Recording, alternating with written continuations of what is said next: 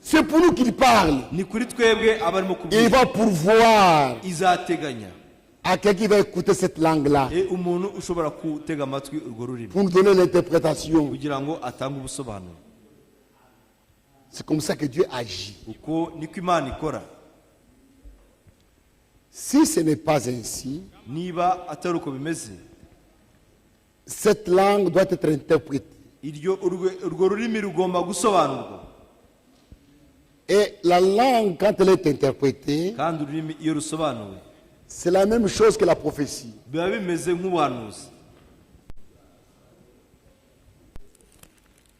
Quand la langue est interprétée, c'est la même chose que le don de prophétie.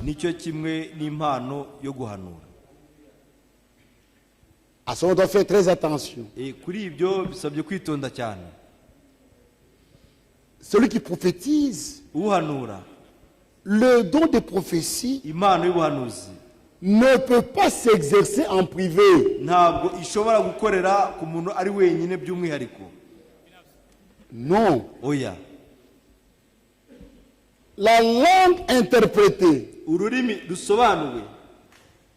comme le don de prophétie, ne peuvent pas être exercés en privé. Quelqu'un ne peut pas être seul à la maison. Il prie seul. Il commence à parler en langue. Et il s'interprète lui-même. Comme moi j'étais pentecôtiste. J'ai vu cela chez les pentecôtistes.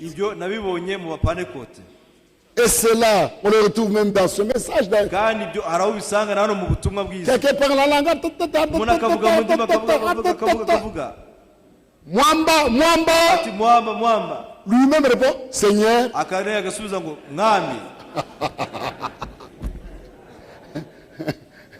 Mwamba. Le Seigneur appelle dans sa bouche. Mwamba. Mwamba répond dans la même bouche. Seigneur. Tu dois faire ça, tu dois faire ça. Oui, Seigneur.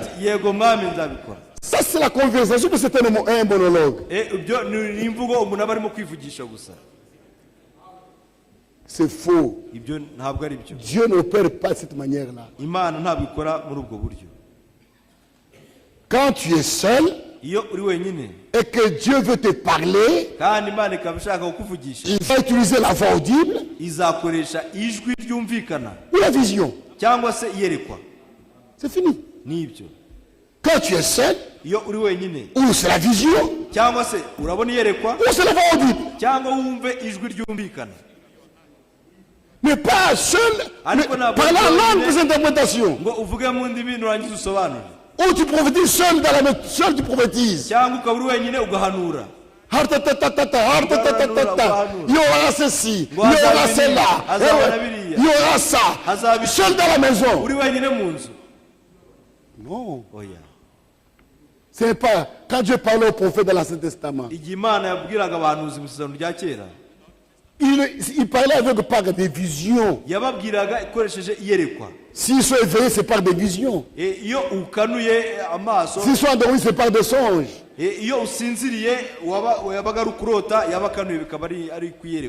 Ne laissez pas entrer dans l'église des choses fausses. Cela vous causera des ennuis. C'est vrai. Le parler en langue, plus interprétation, comme le don de prophétie, ne peuvent pas s'exercer en privé. Elles s'exercent dans l'église. C'est que nous lisons. Dans 1 Corinthiens. 1 Corinthiens 14.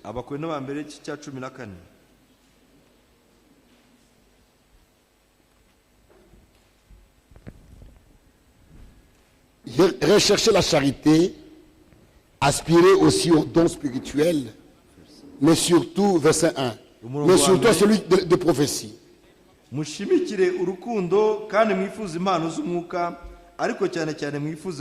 En effet, celui qui parle en langue ne parle pas aux hommes, mais à Dieu. Car personne ne le comprend. C'est un esprit qui dit le mystère. Celui qui parle en langue s'adresse à Dieu, pas aux hommes. Celui qui prophétise, au contraire, parle aux hommes. La prophétie s'exerce devant les gens. Pas en privé. Ça s'exerce devant les gens. Ceux qui prophétisent, au contraire, parlent aux hommes. Les édifient, les exhortent, les consolent. La prophétie qui vient de Dieu doit atteindre ses buts.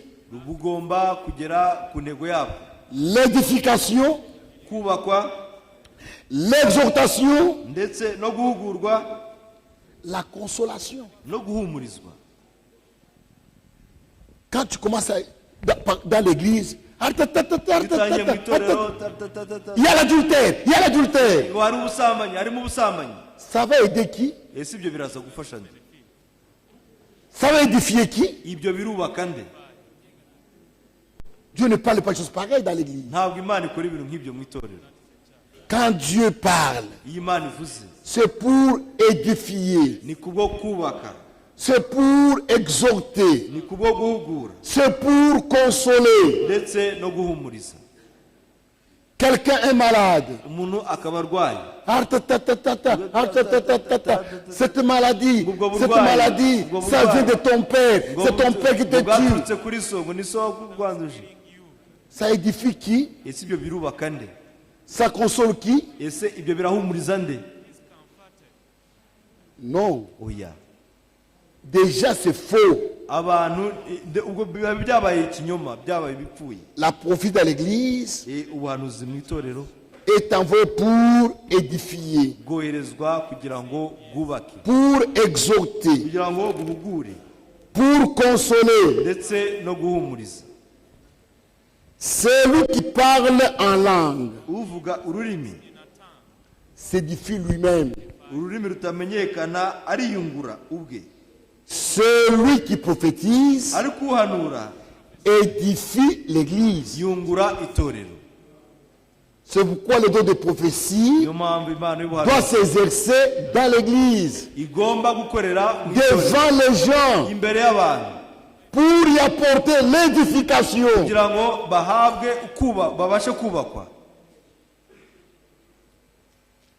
Je désire que vous parliez tous en langue, mais encore plus que vous prophétisiez. Celui qui prophétise est plus loin que celui qui parle en langue,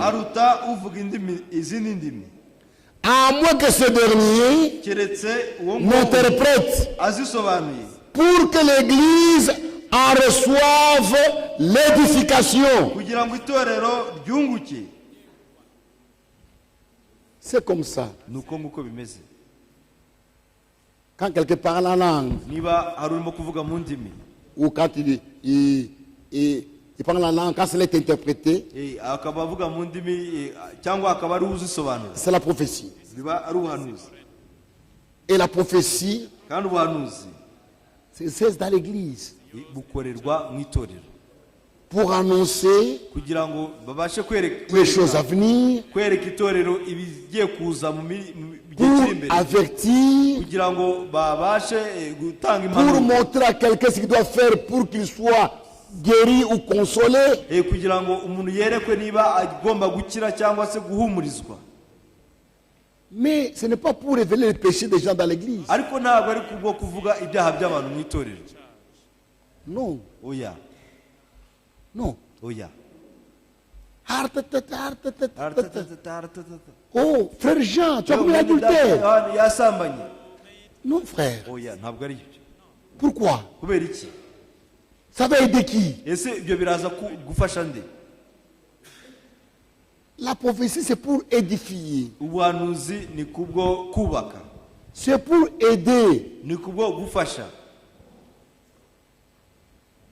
Maintenant, noneho, par la prophétie, binyure mu buhanuzi, Dieu peut révéler les secrets d'un païen. Imana ishobora guhishura amabanga y'umupagani.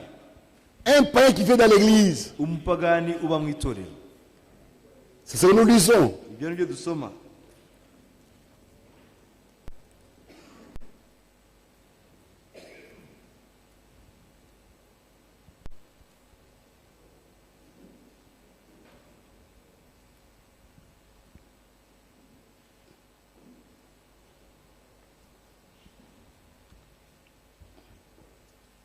Commençons au verset 22. Par conséquent, les langues sont un signe. Non pour les croyants, mais pour les non-croyants. La prophétie au contraire est un signe. Non pour les croyants, les non-croyants, mais pour les croyants. Si donc, dans une assemblée de l'église entière, l'église s'est rassemblée, tous parlent en langue, et qu'ils surviennent des hommes du peuple ou de non-croyants, ne diront-ils pas que vous êtes fous?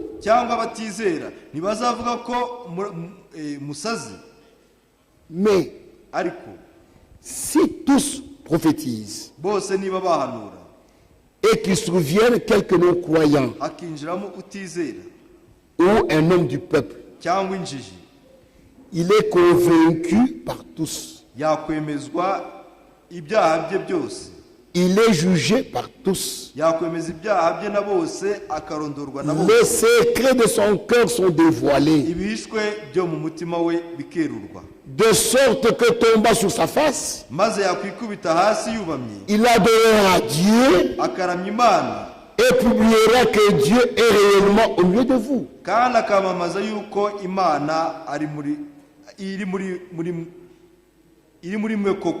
Voyez, on révèle pour le païen qui est venu parmi nous, on peut révéler ce qu'il est, pour qu'il repose la présence de Dieu parmi nous.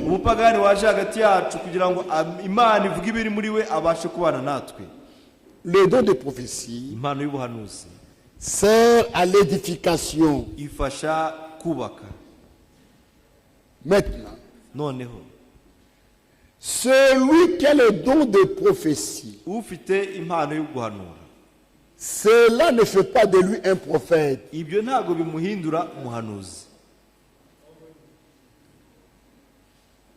Celui qui a un don de prophétie n'est pas prophète. Ne le laissez pas agir comme des prophètes.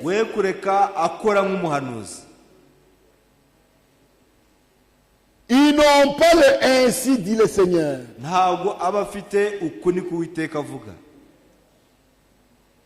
Et aujourd'hui, beaucoup laissent les gens qui ont de prophétie agir comme des prophètes. Un prophète, quand il dit ainsi dit le Seigneur, on le juge par l'accomplissement ou pas.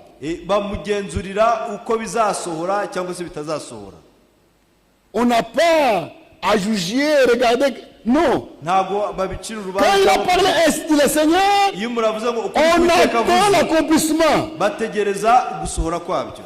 Mais celui qui parle en langue ari kuvuga mu ndimi et qui interprète, akazisobanura ou celui qui prophétise, cyangwa asuhanura, quand il a iyo parlé, yavuze on ne doit pas accepter ça du coup. ntabwo bigomba kwemerwa na gato, On doit attendre. hagomba gutegereza. On doit attendre bisaba gutegereza que cela soit jugé. kugira ngo ibyo bigenzurwe.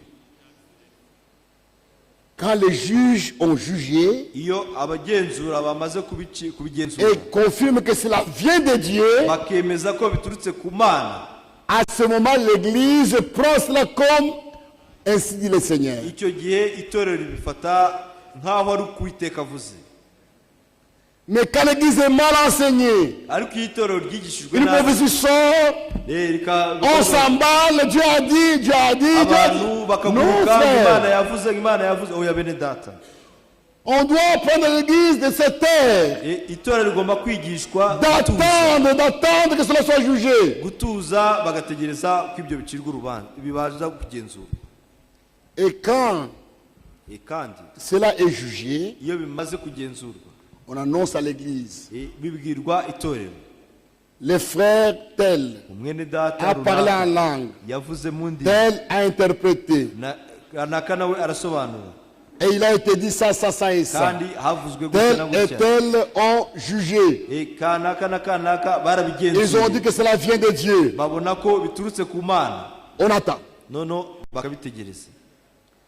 Quand cela arrive, iyo bibaye gloire à Dieu. niko Imana ishimwe. Quand cela n'arrive pas, iyo bitasohoye ce sont les démons qui sont entrés. biba ari amadayimoni yinjiye, Et il faut les faire taire. kandi bisaba kuyacecekesha. On ne doit pas les épargner, on doit les faire taire. ntabwo bigomba kubabarirwa, ahubwo bigomba Et gucecekeshwa. prier pour que les démons puissent continuer à les utiliser. ugasenga no kugira ngo amadayimoni abantu ntazongere Dieu kubakoresha. ne peut pas mentir. Imana ntishobora kubeshya.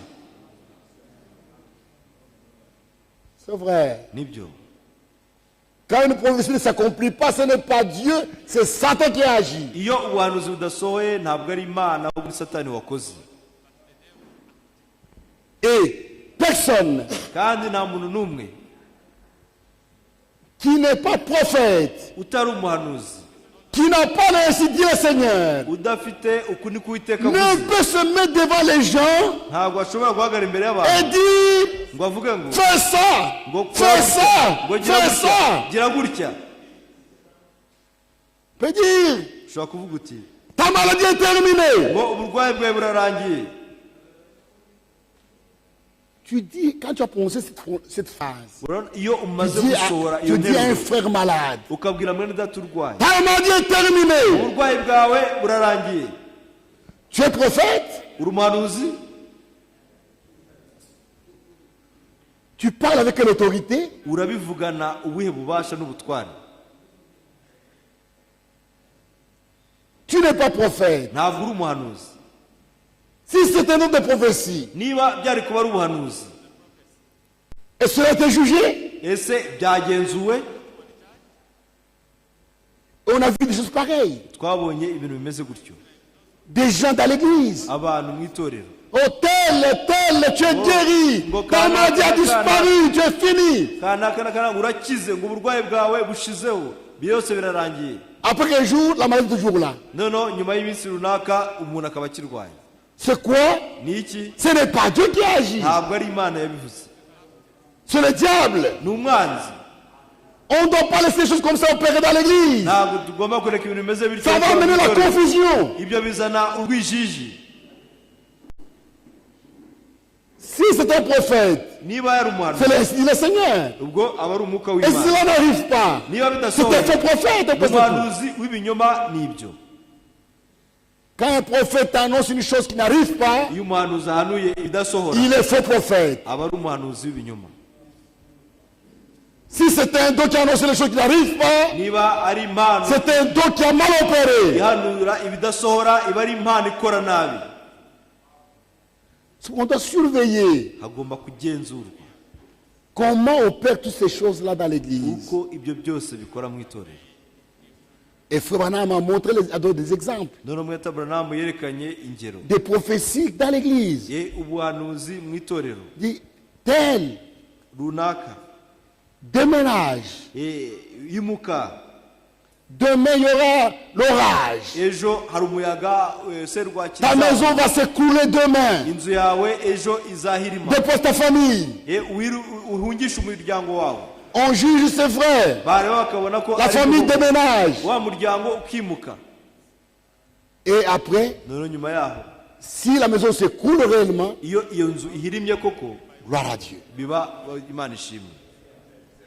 C'est ainsi qu'on doit surveiller les dons, les dons de prophétie et de parler en langue. Et ne faites pas du don de prophétie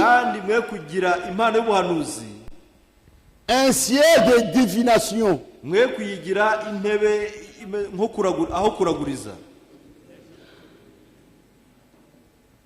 Frère, c'est terrible. Parce que tel a un don de guérison, on commence à aller le consulter. Il n'est pas prophète. On peut consulter un prophète. Il a réussi, dit le Seigneur. Mais celui qui a le don de guérison, on ne peut pas le consulter. Les dons ne sont pas permanents. Tu peux avoir les dons aujourd'hui et demain c'est fini.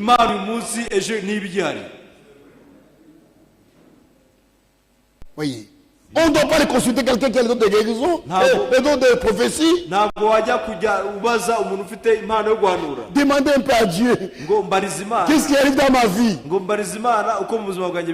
Celui qui a le don de prophétie, il va commencer à prier, il va prier, et il va dire, Dieu a dit ça, ça, ça et ça. Il est prophète.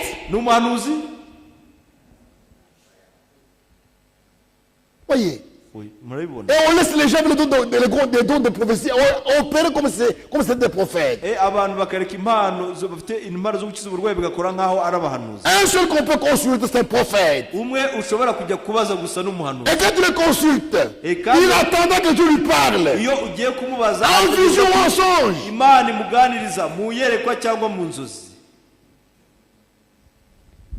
C'est ça. On doit faire très attention avec ces dons. Avant que les dons soient acceptés, ça doit être jugé. Et ceux qui jugent, et ceux qui ont parlé,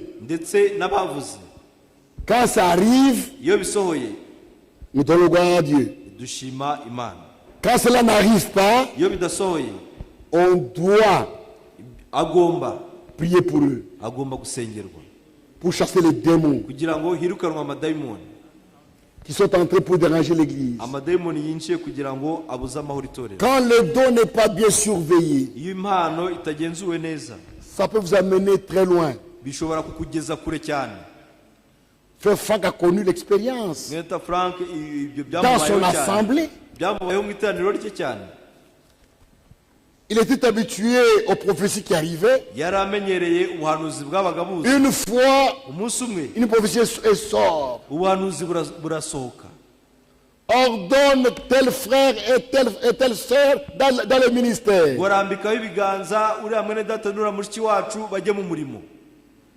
Sans juger, les frères venaient avec sa femme devant, frère Franck les a consacrés.